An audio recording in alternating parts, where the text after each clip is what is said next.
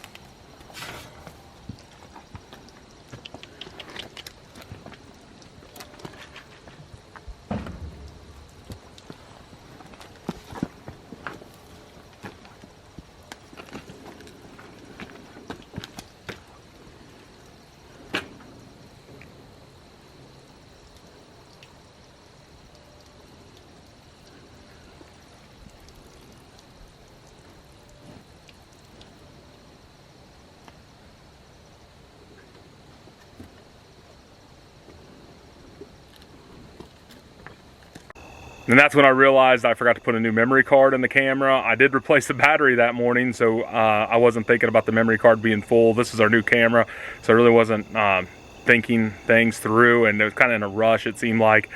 But the steer ended up going on pretty good, and with the new trailer lights and our headlamps and the lights on the feeding floor, the sheep loaded really well. Loading sheep in the dark is never fun if it's kind of dark, because they don't want to get on the trailer because they can't see well into the trailer, and they get really just weird about dark spots, not wanting to step there. They think they'll just fall off into the abyss or something.